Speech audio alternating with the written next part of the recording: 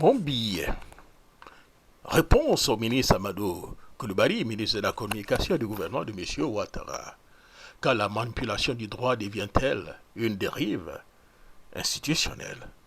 Monsieur le ministre de la Communication, votre publié dans le Financial Times ne manque pas de panache rhétorique.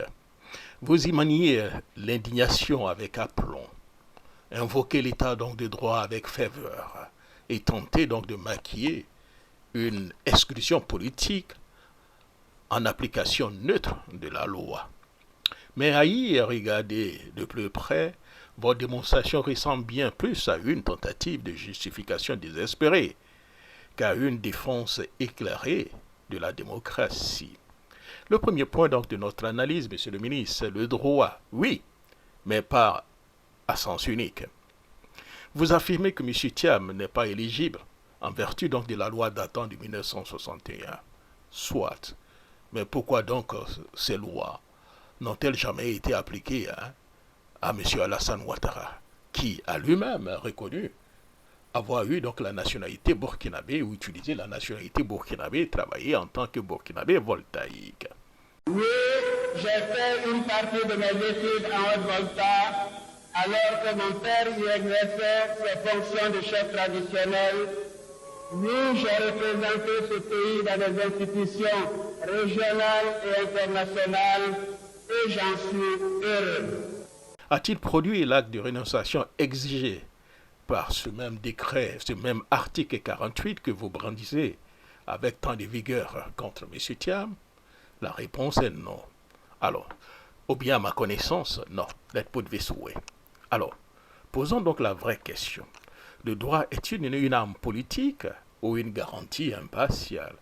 Car s'il ne s'applique qu'aux opposants, alors ce n'est plus donc du droit. C'est donc l'inquisition administrative. Deuxième point donc de ma réponse à M. le ministre, c'est l'économie florissante. Vraiment? Vous parlez donc d'une économie jadis en ruine et désormais florissante. Il est vrai que donc les indicateurs macroéconomiques sont souvent flatteurs. Pour ceux qui vivent pas donc dans des quartiers précaires, qui subissent pas donc les déguerpissements arbitraires, la vie chère, la dette publique galopante ou l'explosion donc du chômage donc des jeunes. L'illusion du développement par donc les chiffres ne résiste pas à la réalité donc du marché d'Abobo, Korogo, Boaké, Mankono, Sakassou, etc., etc. Troisième point donc de ma réponse au ministre. Vous parlez donc des institutions fortes. On se pose la question, où aligner?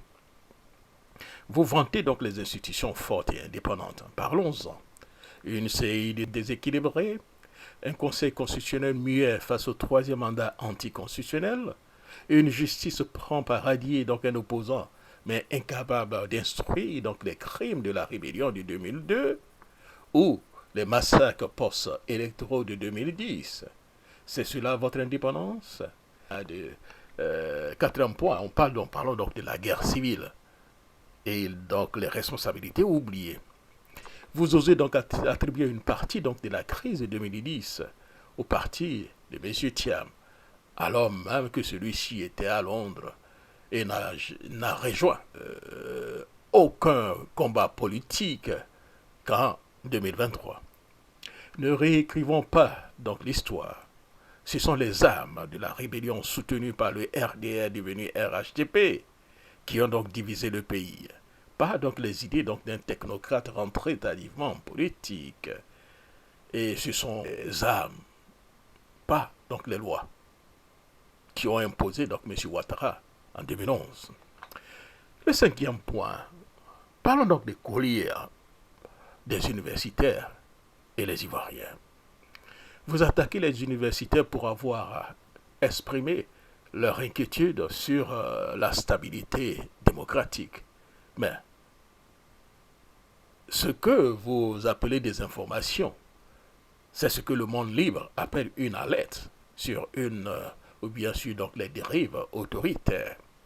Et votre mépris affiché pour les voix critiques ne fait que confirmer la dérive que vous niez.